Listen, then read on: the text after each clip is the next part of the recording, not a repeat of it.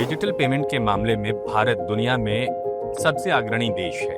गांव के जो समुदाय होते हैं, पिछड़े समुदाय, तो वहाँ तक सरकारी योजना उन तक पहुँचाना। कुछ चुनौतियां हैं और उन्हीं चुनौतियों को खत्म करने की कोशिश आप लोग कर रहे हैं। 900 सदस्यों को प्रशिक्षण दे दिया है, जिसमें से बहुत सारे के साथ फ्रॉड भी हुआ था। मैंने घर घर जाके बहुत से जनों के वो लॉटरी वाला फॉर्म भरा, आवेदन किया उनके। गांव में उनकी एक अलग पहचान है, डीएस दीदी के नाम से। हमने एक डिजिटल सखी दी थी, पर वो डीएस दीदी बन गई है सबके लिए। इस परियोजना के माध्यम से महिलाओं को सशक्त बनाना।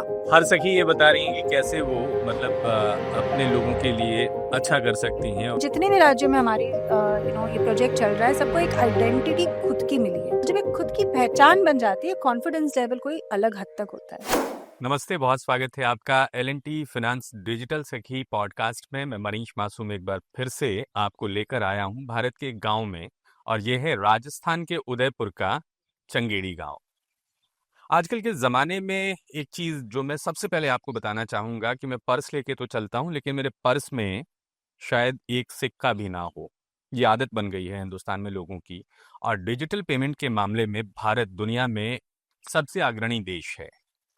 ऐसा कैसे हो रहा है और इसकी पहुंच गांवों तक हो रही है, नहीं हो रही है?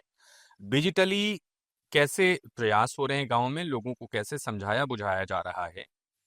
इसी को जानने समझने के लिए हम यात्राएं करते हैं, और आज जहां पे हम पहुंचे हैं वहां पे मेरे साथ कुछ खास मेहमान हैं। सबसे पहले आपको उनसे इंट्रोड्यूस करा देता हूं, उसके बाद फिर बातचीत करते हैं और मामले को आसानी से सरल तरीके से समझते हैं। हमारे साथ डिजिटल सखियां हैं, आप देखिए उनको, और हम उनसे बातचीत करेंगे, उनका परिचय लेंगे और उन्हीं से उनके बारे में जानेंगे, उनके काम के बारे में जानेंगे। तो शुरुआत एक डिजिटल सखी से ही करते हैं। बहुत स्वागत है आपका। मैं सबसे पहले तो आपके बारे में जानना चाहता हूँ, आपके शब्दों में आप कौन हैं, क्या करती हैं और क्या करने वाली हैं? मेरा नाम रचना मेनारिया है। मैं उदयपुर जिले से छोटे से गांव वाना से हूँ, और मैं डिजिटल सखी के स्तर पे, पंचायत स्तर पे काम कर रही हूँ अभी। और मुझे बहुत खुशी है कि मैं यहाँ तक जुड़ी, क्योंकि इसमें जो सारी सरकारी योजनाएं हैं वो महिलाओं तक, मतलब परिवारों तक पहुँचाना। मैं 13 से 65 वर्ष के महिला पुरुषों को डिजिटल जानकारी देती हूँ। उसमें डिजिटल और वित्तीय साक्षरता भी, जैसे बैंक तक लोगों को पहुंचाना, मतलब किसी के खाते खुले हुए नहीं है या किसी को बैंक की जानकारी नहीं है तो उनका खाता खुलवाना, उनको आरडी एफडी बीमा से जोड़ना, और छोटी छोटी बचत के बारे में भी उनको जानकारी देती हूँ। क्योंकि महिलाएं खास तौर से बचत करने में विश्वास नहीं करती है, मतलब बचत करती है पर उनके पास होता नहीं है। तो छोटी छोटी बचत कैसे करते हैं उनको मैं जानकारी देती हूँ। और डिजिटल भुगतान, जैसे अभी ये देख लो कि 40% महिलाएं ऑनलाइन पेमेंट करती है, जो और 60% महिलाएं गांव की पिछड़ी महिलाएं, तो उनको मैं वो जानकारी देती हूँ कि आप डिजिटल भुगतान भी कर सकते हो, ऑनलाइन पेमेंट करना, ऑनलाइन यूपीआई, गूगल पे, ऑनलाइन छोटे छोटे बिजनेस है, जैसे कोई सब्जी उगा रहा है, कोई अपना घी का है, तो मैं बोलती हूँ आप ऑनलाइन बिजनेस भी कर सकते हो। आप ऑनलाइन, जैसे आप शॉपिंग कर रहे हो, अपना बिजनेस भी ऑनलाइन घर बैठे कर सकते हो, आपको कोई भागदौड़ की जरूरत नहीं है। तो महिलाएं बहुत खुश है। और सरकारी योजना जो ई मित्र होता है, हमारा छोटा सा ऑफिस होता है, उसमें आके वहाँ से ही चली जाती है। कोई जागरूक होता है तो वहाँ तक पहुँचती है। और गांव के जो समुदाय होते हैं, पिछड़े समुदाय, तो वहाँ तक सरकारी योजना उन तक पहुँचाना। और तो महिला भी आके पूछती है कि कौन सी योजना चल रही है, तो हमें बताते रहना, मतलब कांटेक्ट रखती है कि आप। तो मैं डिजिटल सखी के स्तर पे काम करती हूँ, तो गांव में मैं बहुत अच्छा लगता है कि रेस्पेक्ट मिलती है। और गांव में महिला आके हमसे जानकारी प्राप्त करती है और घर आके पूछती है, तो वो रेस्पेक्ट अच्छी लगती है। बहुत बढ़िया बात है। मेथी और गेहूं के खेत है, कच्चे मेथी खाए हमने। और जिनसे मैं बात कर रहा हूँ इनके बारे में बहुत दिलचस्प बात पता लगी कि आप दक्षिण अफ्रीका होके आई हैं। हाँ। क्या कहानी है ये? मेरे पापा पहले उधर ही काम करते थे, मतलब नौकरी करते थे, फिर धीरे धीरे उन्होंने फिर हमारा भी उधर का अप्लाई किया और हमारे ग्रीन कार्ड वगैरह बन गए, उधर की भी नागरिकता प्राप्त है मुझे।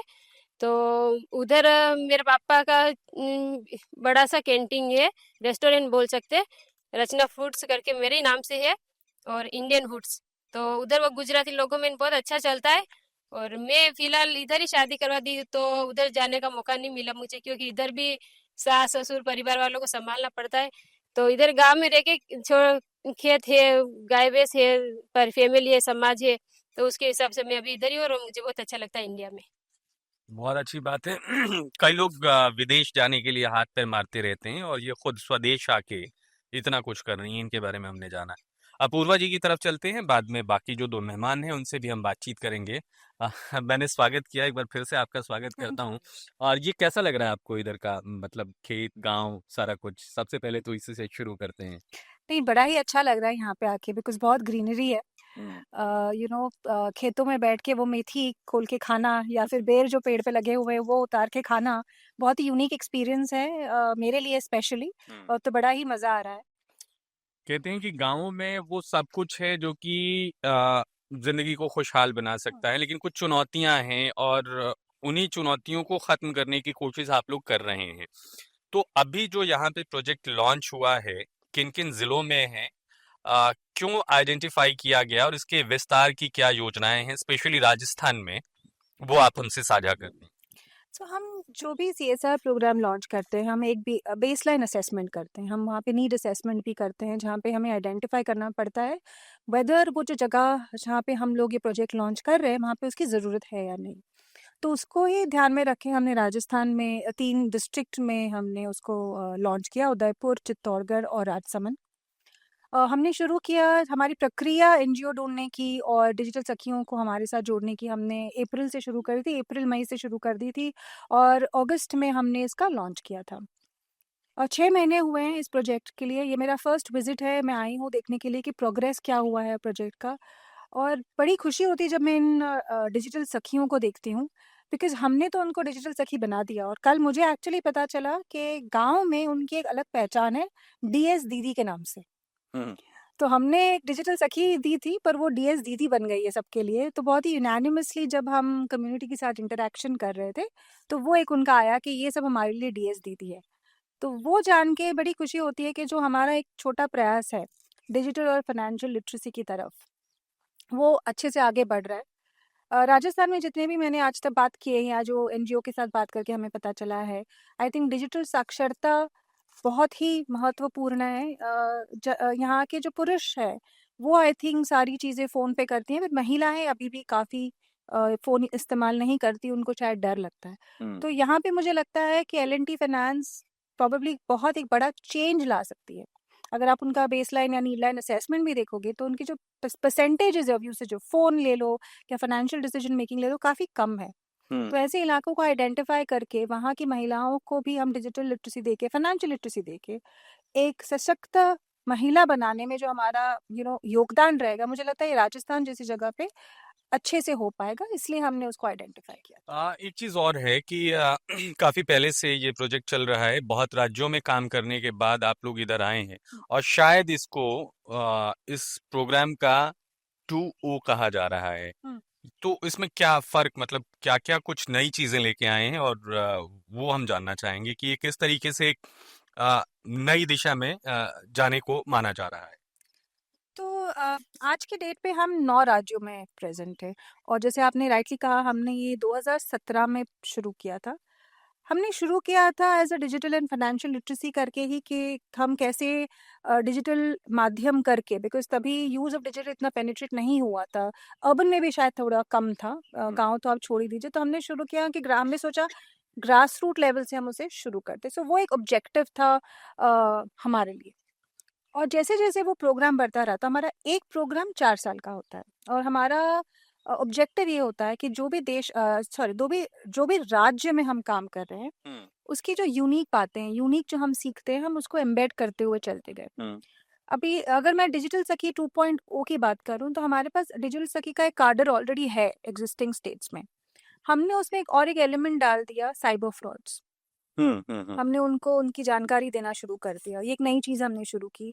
हमने उनके लिए हमने इस बार ये भी सोचा है कि जो डिजिटल सखियाँ हैं उनकी सस्टेनेबिलिटी के लिए हम एक डिजिटल सेवा केंद्र कुछ महिलाओं के साथ शुरू करते थे। अभी हमने डिसाइड किया है कि at the end of 3rd या 4th ईयर हम उनको लिंक करना शुरू कर देंगे विद से सम ऑर्गेनाइजेशन, सम फैक्ट्रीज वेरिन उनका जो काम है वो कर सके, राइट।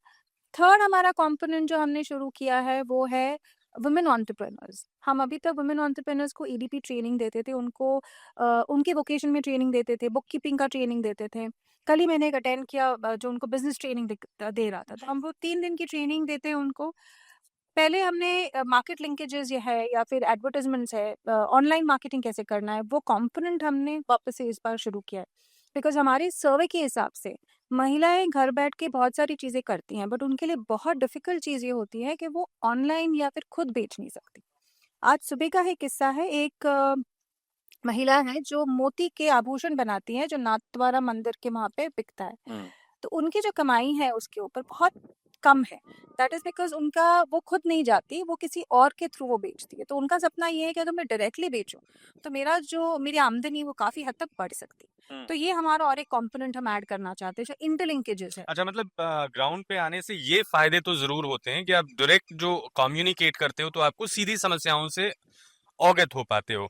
आज कुछ बातें मैं देखा, जैसे घूम रहा था, आप लोग शायद 2-3 दिनों से इधर गांव में घूम रहे हैं, तो लोगों से सीधी बातचीत हो रही है। तो इस तरीके की, जैसे आपने ये बताया इन महिला की कहानी, कुछ और बातें आपको जो लगी हो कि हाँ ये जरूरी थी, इसे हम और इनहेंस कर पाएंगे, वो भी आप हमें बता सकती हैं? हाँ श्योर। जैसे मैंने जो मुझे लगा 3 दिनों में या 2 दिनों में जो हम मिल रहे हैं सबसे महिला उद्योजिकाओं से, उनका यही था कि मार्केटिंग नहीं कर पा रहे हैं।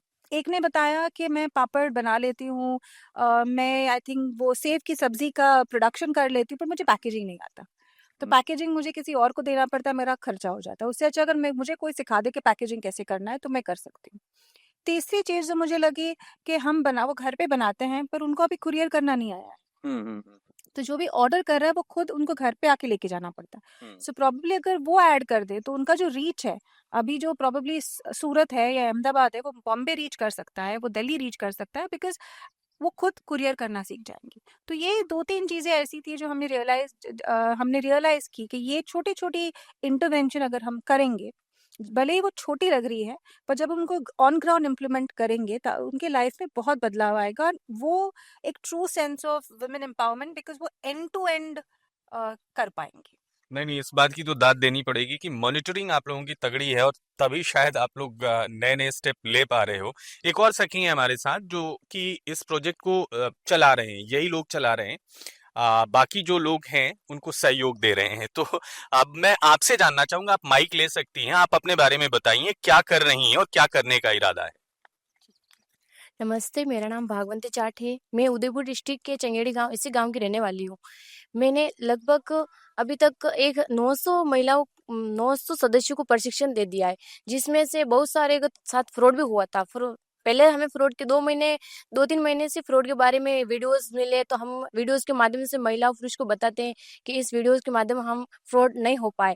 तो बहुत सारे के पास फ्रॉड हो गए थे, उनके पैसे बैंक से कट गए थे, बहुत सारे फ्रॉड होते थे।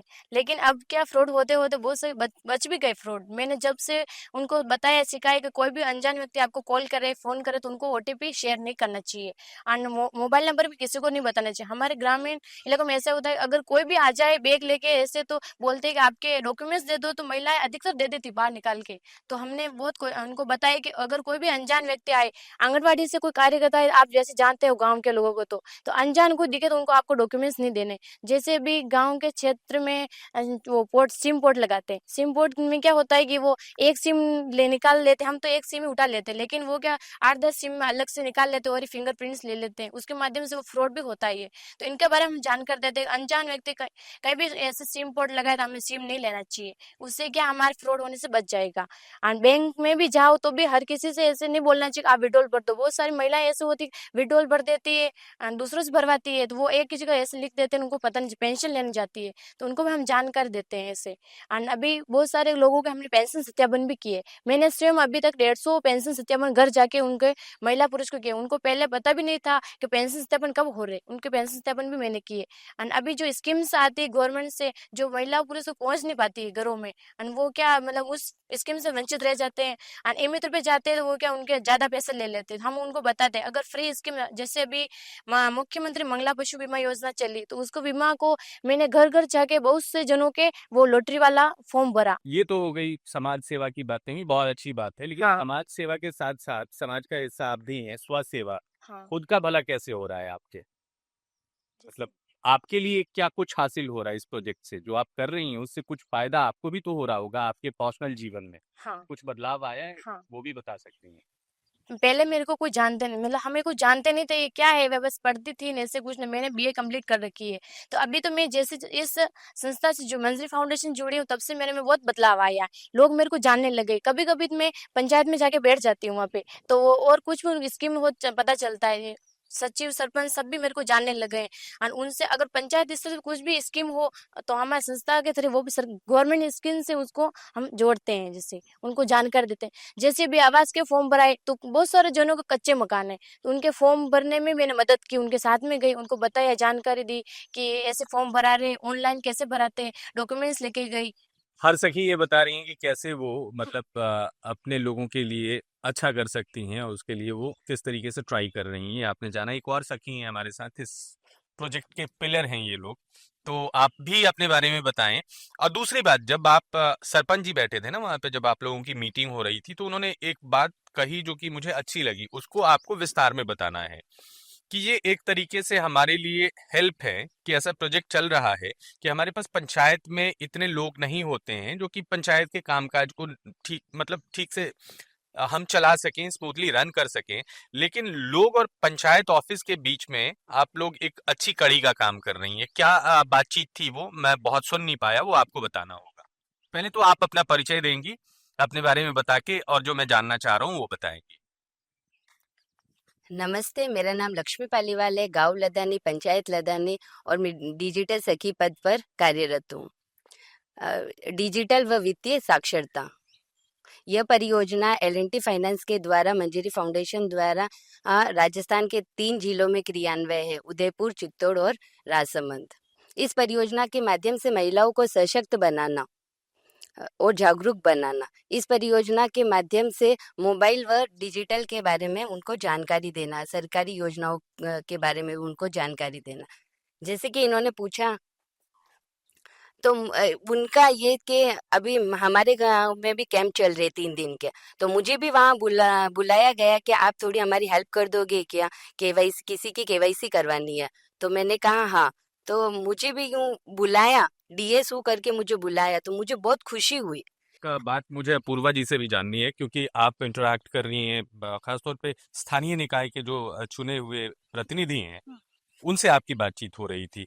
उस बातचीत में क्या जानने को मिल रहा है? सो मनीष, आई थिंक बहुत एक इम्पॉर्टेंट फर्स्ट थिंग मैं बोलूँगी कि इनको एक आइडेंटिटी मिली है। जब वो साड़ी पहन के जाती है, टैबलेट पहन के जाती है, और ये सिर्फ मैंने यहाँ नहीं, मैंने जितने भी राज्यों में हमारी ये प्रोजेक्ट चल रहा है, सबको एक आइडेंटिटी खुद की मिली है। मैंने ये भी सुना है, पहले लोग बोलते थे ये इनकी बीवी है या इनकी बेटी है, अब जाने जाते हैं कि ये इनके हस्बैंड है या इनके फादर है। आई थिंक ये बहुत बड़ा इम्पोर्टेंट चेंज है। जी, ये सब मेरे से अग्री करेंगी कि ये चेंज उन्होंने देखा है, उनकी खुद की पहचान बनी है। और जब एक खुद की पहचान बन जाती है, कॉन्फिडेंस लेवल कोई अलग हद तक होता है, तो वो I think is the biggest contribution. एक कहानी बताना चाहूंगी, या एक जो मैंने कल किसी से बात करते हुए जब इंटरेक्शन था तब सुना कि किसी के हस्बैंड को कुछ फेक कॉल आया या वीडियो कॉल आया, एंड कुछ फोटोज क्लिक करके उसने उसको ब्लैकमेल करना शुरू कर दिया। वो बेचारा परेशान घूम रहे थे 2-3 दिन। तो इनकी जो वाइफ थी वो हमारे साथ है, डीएस दीदी है। तो उन्होंने उनसे पूछा कि आपको हुआ क्या है, why are you so worried, आपको क्या दिक्कत है। तो उन्होंने बताया कि ऐसे हुआ है। ना बिकॉज ऑफ द प्रशिक्षण जो हमने इनको दिया है कि ऐसा कोई फोटो आता है तो कैसे करना है, सिम निकाल देना है या फिर कंप्लेन करना है, साइबर सिक्योरिटी का नंबर जो हम इनको सिखाते हैं 1930, वहाँ पे कॉल करके करना है। तो वो महिला ने अपने पति के लिए वो सारा चीज़ किया। नाउ दिस मीन्स कि उसका रिस्पेक्ट उसके हस्बैंड के लिए, जो अभी तक हस्बैंड उनसे पूछते नहीं थे, अभी जो फ्रॉड हुआ उनको उन्होंने उस बाहर निकलवाया। I think she gained her place in that house hold.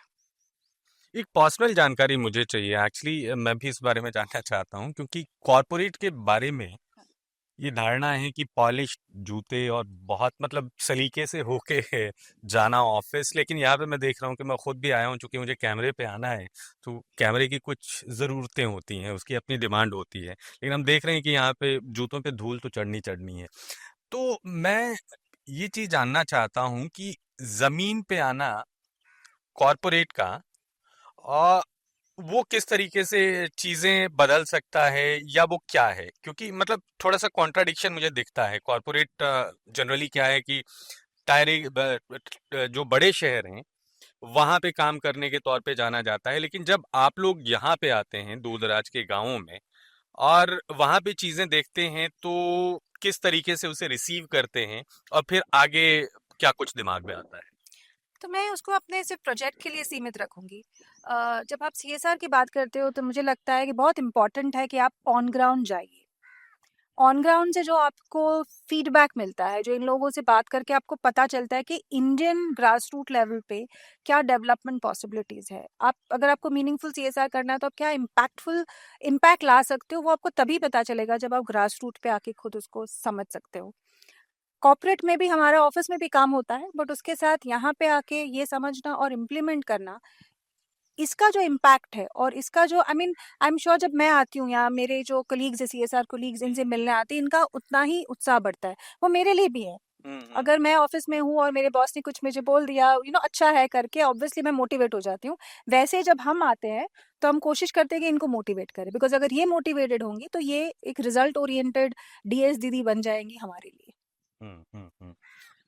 ये बात सही है, क्योंकि आप जब तक रूट पे नहीं जाएंगे तब तक ना तो उत्साहित कर पाएंगे, ना तो वहाँ की चीज़ों को समझ पाएंगे, और समझना बहुत ज़रूरी है अगर किसी चीज़ को सही तरीके से क्रियान्वित करना है तो ये बातचीत थी आज की।